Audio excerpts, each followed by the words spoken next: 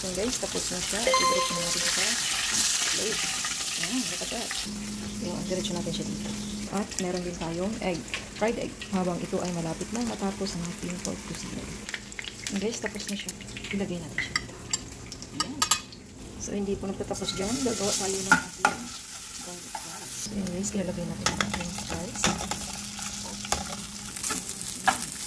Siyempre, huwag kalimutan ang salt. Ayan, tapos na siya guys. So, ayan guys, lagyan natin siya ng rice. Ayan.